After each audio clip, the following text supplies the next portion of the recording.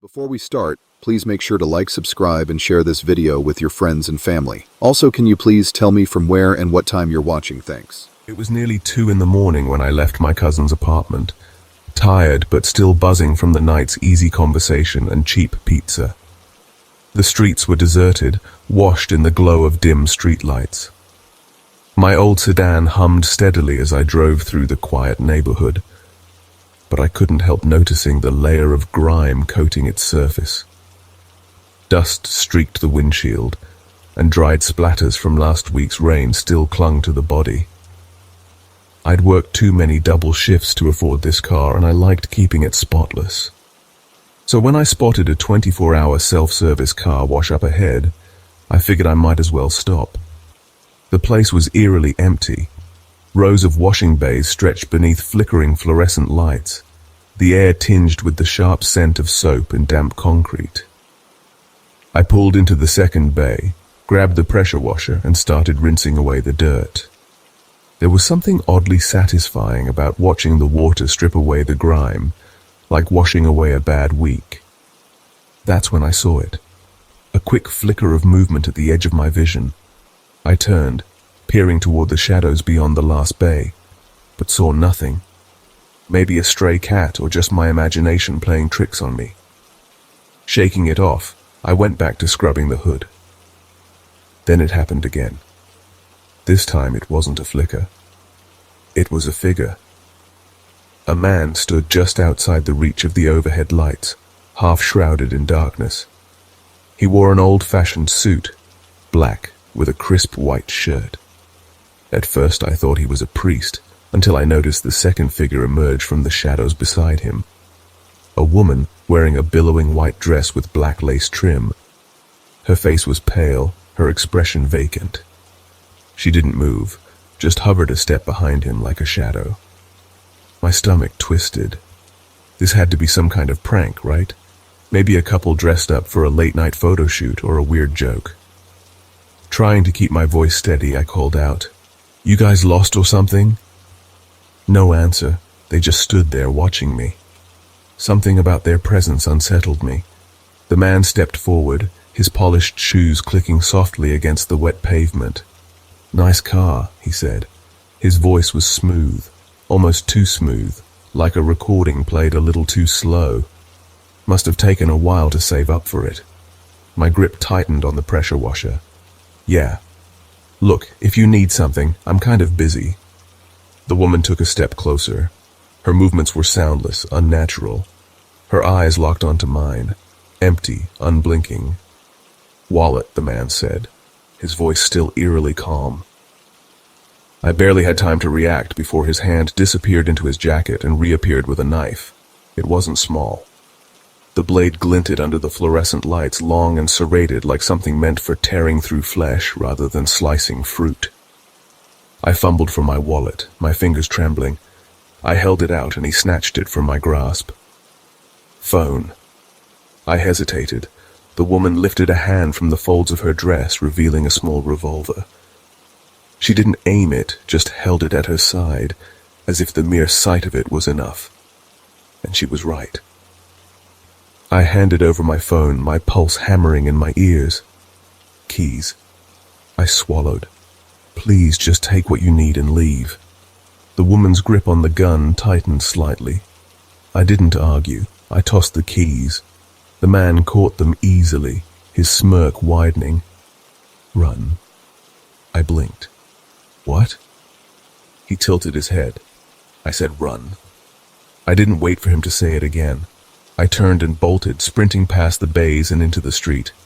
I didn't stop running until my lungs burned and my legs threatened to give out. Only then did I glance back. From a distance, I saw my car roll out of the bay. The headlights cut through the darkness. The man sat behind the wheel, the woman beside him, motionless. Then, with a screech of tires, they were gone. I called the police as soon as I could, but by the time they arrived, my car was long gone. I gave them a description of the man and the woman, but the officer taking my statement looked skeptical. "You're not the first person to report something like this," he admitted. We've had other complaints about people dressed strangely causing trouble. But the woman, that's new. 3 days later, they found my car abandoned in a field nearly 50 miles away. It had been gutted, stripped of anything valuable, the windows shattered, the exterior covered in eerie symbols spray-painted in black. But that wasn't the worst part. The detective handling the case showed me a security still from the car wash footage. The image should have shown the man and the woman approaching me. Instead, the camera had glitched. Just static, streaks of white light where their figures should have been. That's odd, the detective muttered, frowning. The cameras were fine before and after, just not when they were in frame. I didn't know what to say. I still don't. I stopped going to car washes after that. For a while, I avoided driving at night altogether, and when I do, I make sure I'm never alone. Because sometimes I wonder if they hadn't just wanted my car. Maybe they'd planned to take something more, something I barely escaped.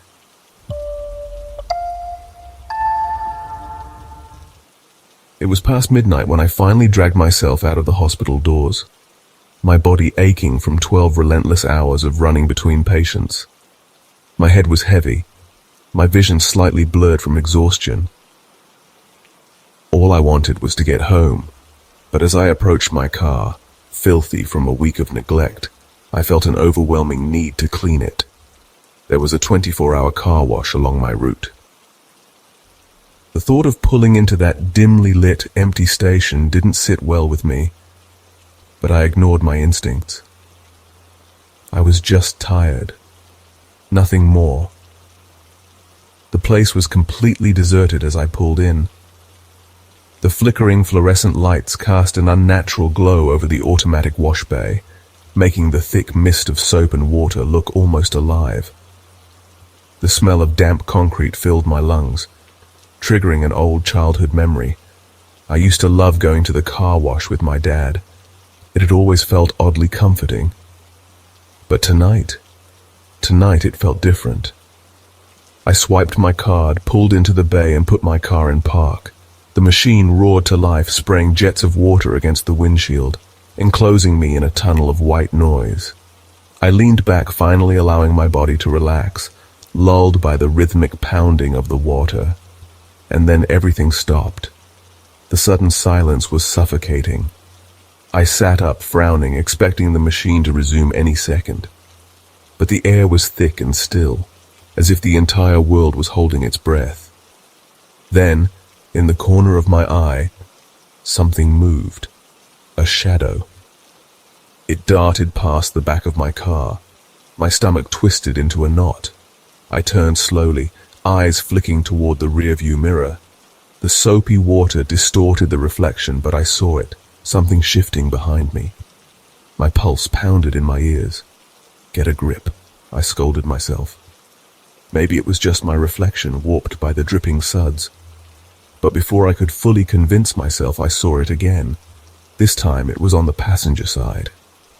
The figure moved too quickly for me to make out any details, but it was there. My breath hitched and instinct took over.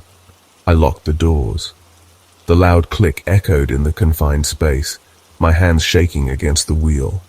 My eyes darted between the mirrors, searching, but the figure, it was gone. Then, without warning, the machine sputtered back to life. Water blasted against the windshield as if nothing had happened. I let out a shuddering breath, forcing myself to believe that exhaustion was playing tricks on me. The conveyor belt pulled my car forward toward the exit, but just as I was about to leave, the machine groaned and jolted to a stop. And then, something thumped against the trunk. I froze. My mind scrambled for a rational explanation, but I found none. The weight of whatever it was sent a tremor through the vehicle. My skin prickled with fear. Then came another sound, a faint, deliberate scratching, like nails against metal. I couldn't take it anymore. I slammed the car into drive and sped out of the wash tires, screeching as I tore down the empty road. My hands were locked around the steering wheel, knuckles white. Every few seconds, my eyes flicked to the rearview mirror, expecting to see something or someone lurking in the back seat. But there was nothing. By the time I reached home, I was shaking. My house, my safe haven, had never looked so inviting. I barely remembered parking the car before rushing inside, locking every door behind me. My 3 pit bulls, Rex, Luna, and Thor, greeted me, tails wagging, but their usual excitement barely registered. My pulse was still hammering in my chest. I double-checked the locks, peered through the curtains. My car sat silent in the driveway. Everything looked normal, and yet the unease refused to leave me. At 4 a.m., a crash shattered the silence. My heart lurched into my throat as my security alarm blared. The dogs erupted into snarls, their claws scraping against the floor as they lunged toward the back door. I grabbed my phone, pulse hammering as I crept toward the hallway. Another crash, this time louder. I reached the corner and peeked around, my breath catching in my throat. A dark silhouette stood outside the glass door, fiddling with the lock. A man.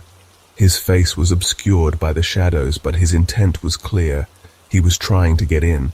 Before I could react, my dogs charged, their furious barks filling the house. The man froze. Then, as if realizing he was outmatched, he stumbled back, disappearing into the darkness. I called the police with trembling fingers. They arrived in minutes, but the intruder was long gone. The only evidence left behind was a set of footprints leading away from the house. One of the officers turned to me. "Have you noticed anything unusual tonight?" And that's when it hit me. The car wash. I told them everything. Their expressions darkened. At their suggestion, we checked my car's trunk. My stomach churned. A blanket was shoved into the corner. A small bag lay beside it. Inside were duct tape, zip ties, and a knife. The officer's voice was grim. "Looks like someone got in while you were at the car wash." My blood ran cold. That meant whoever it was had been inside my car the entire ride home, waiting in the darkness, inches away from me. If I had stopped, if I had checked the trunk. I sold the SUV the next day, couldn't even look at it without feeling sick. To this day, I never drive alone at night without checking the back seat, and I never ever go to a car wash after dark. As for my 3 saviors, they got the biggest steak dinner of their lives that night. They saved me, and I will never forget it.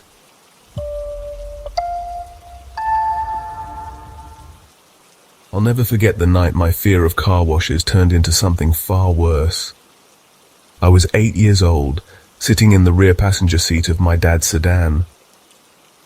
He always had this belief: face your fears head on, no matter how terrifying they seemed. I despised car washes even back then. The suffocating darkness, the relentless pounding of water, the monstrous brushes, it all felt like some kind of trap. "It's just water," Dad reassured me, flashing a grin as he handed me a juice box. "Nothing to be afraid of." I nodded, gripping the juice box like a talisman, my pulse hammering in my ears. As we pulled into the automatic bay, a sense of dread coiled in my stomach. The machine roared to life, and the enormous brushes descended, slamming against the car with a force that rattled the frame. The scent of damp soap filled the air, but something else lingered beneath it, a strange metallic tang like rusted iron. "See? Nothing to it," Dad said casually as jets of water lashed against the windshield. But I couldn't shake the feeling that something was wrong. A sudden jolt rocked the car and a piercing grinding sound echoed from the passenger side. My breath hitched as I turned my head, just in time to see the side mirror twisting, contorting like something was pulling it. "Dad," I whispered, but it was too late. With a sickening snap, the mirror tore free, vanishing into the churning brushes. Then, chaos. A violent force propelled the mirror straight back at us, smashing into the passenger window with an ear-splitting crash. I screamed as shards of glass rained over me, the jagged edges slicing into my arms. But that wasn't the worst part. The water, icy, relentless, was pouring in, not dripping, but flooding. My sneakers were already soaked. the freezing liquid seeping into my socks, slithering up my legs like something alive. Dad fumbled with the gear shift, panic overtaking his usual calm demeanor. But the machine wouldn't stop. The monstrous brushes pounded the car with merciless intent, the suffocating foam blotting out the world beyond the windshield.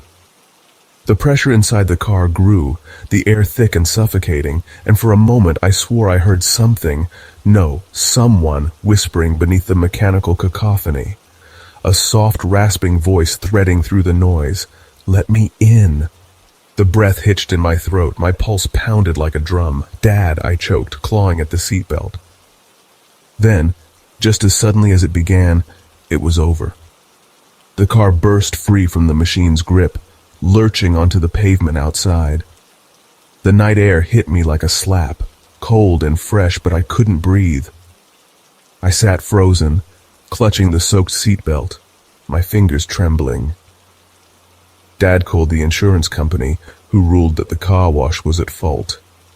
The damage was covered, but no amount of money could erase what had happened, what I had felt, what I had heard. To this day, I refuse to go through an automatic car wash, not because of the noise, the claustrophobia, or even the memory of shattering glass. It's the whispers, the voice in the water. Because deep down, I know that if I ever go back, it will be waiting for me.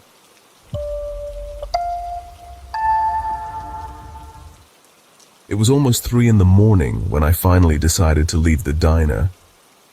The place had been nearly empty aside from a few truckers nursing cold coffee and an elderly couple who sat in silence, staring out the window like they were waiting for something. I had spent the last couple of hours there, picking at a slice of pie and sipping on a soda that had long gone flat, reluctant to go home to my empty apartment. Outside, the streets were dead. The neon signs cast their flickering glow on the pavement, and my car, a beat-up old sedan, sat alone in the parking lot under the buzzing street lamp. The drive home was uneventful, the road stretching dark and silent ahead of me. But as I glanced at my windshield, I noticed how filthy it was. Dust clung to the glass in thick streaks, distorting the light from passing street lamps. It had been a while since I'd taken care of my car, and considering how much time I spent in it, I figured I owed it a little attention. That's when I saw the car wash up ahead. It was one of those self-service places, the kind that looked like it hadn't seen a customer in hours. The overhead lights cast long, sharp shadows, and the air was thick with the smell of soap and wet pavement. I pulled into the nearest bay, slipped a few bills into the machine, and grabbed the pressure washer.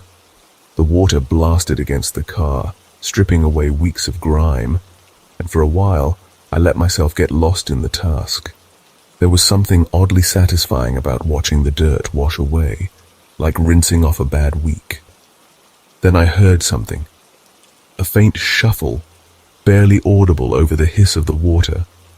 I turned my head slightly, glancing toward the edge of the lot where the light didn't quite reach. A figure stood there, just beyond the shadows, still as a statue. At first, I thought it was just my imagination, maybe a trick of the flickering lights. But then another figure stepped forward. A man, dressed in an old-fashioned brown suit, the fabric slightly wrinkled, as if he'd been wearing it for hours. His tie was loose, and his pale face was expressionless. Behind him, just a step away, stood a woman. She was draped in a long gray dress that swayed slightly, even though there was no wind. Her head tilted to the side, her eyes locked onto mine, unblinking. My stomach twisted. I forced out a shaky laugh, trying to keep my voice light. "You guys need something?" Neither of them answered. They just stood there, watching me. The man took a step forward, his polished shoes clicking against the wet concrete. "Nice car," he said, his voice eerily smooth like a radio broadcast from another time. "Looks like you've put a lot into it." I tightened my grip on the hose. "Yeah, well, you know, gotta take care of your stuff." The woman's hand twitched at her side. The movement was so small, so subtle, that I might have missed it if I hadn't been staring. But I was staring, and every nerve in my body screamed at me to get in my car and leave. Wallet," the man said casually, as if he were asking for the time. My breath hitched. I barely had time to process before his hand slipped into his jacket and emerged with something gleaming. A blade, long and thin, catching the harsh fluorescent light. I hesitated, my pulse hammering, and then the woman moved. Her dress barely rustled, but when her hand lifted, I saw the gun. It wasn't pointed at me, not yet, but it was there, small and dull in her grasp, a quiet threat. I pulled my wallet from my back pocket and tossed it toward them. The man caught it without looking down, flipping it open with a flick of his wrist. "Phone," he said next. I swallowed. My fingers trembled as I pulled it from my jacket and extended it toward them. Again, he took it without breaking eye contact. "Keys." I hesitated. "Come on, man, you've got what you need." The woman's grip on the gun shifted slightly. I didn't argue after that. I unclipped my keys and threw them over. He caught them just as effortlessly as before, his mouth twitching into a slight smirk. "Run." My stomach plummeted. "What?" He tilted his head, his pale eyes narrowing slightly. I said, "Run." I didn't think. I just ran. My feet pounded against the pavement, water splashing beneath my heels as I bolted past the bays and into the open street. My lungs burned, my heart slamming against my ribs. But I didn't stop, not until I was sure I was far enough away. Only then did I dare to glance back. From the distance, I saw my car roll out of the bay. The headlights flickered for a moment before stabilizing, and inside, behind the wheel, the man sat calmly. The woman was beside him, motionless, staring straight ahead. And then, they were gone. By the time the police arrived, my car was long out of sight. I gave them a description of the man and woman, but the officer taking my statement didn't look convinced. He scratched his head, glancing at his notepad before sighing. "You're not the first," he admitted. "Couple of reports like this in the last few weeks. Same kind of people, same kind of story, but the woman..." He trailed off, shaking his head. "That's new." 3 days later, my car turned up in an abandoned lot, stripped down to its frame. The windows were shattered, the inside torn apart. But that wasn't what made my skin crawl. The detective handling my case pulled up the security footage from the car wash. The moment where the man and woman approached me should have been clear as day. Instead, the screen was filled with static, a distorted, flickering mess of white streaks and black voids. No figures, no faces, just interference, like something had reached into the camera and erased them from existence. "That's weird," the detective muttered. "The feed was fine before and after. Just not when they were there. I had nothing to say to that, I still don't. I haven't been back to a car wash since. I haven't driven at night either, and when I do, I make damn sure I'm never alone. Because deep down, I can't shake the feeling that they didn't just want my car. They wanted me. And next time, I might not be so lucky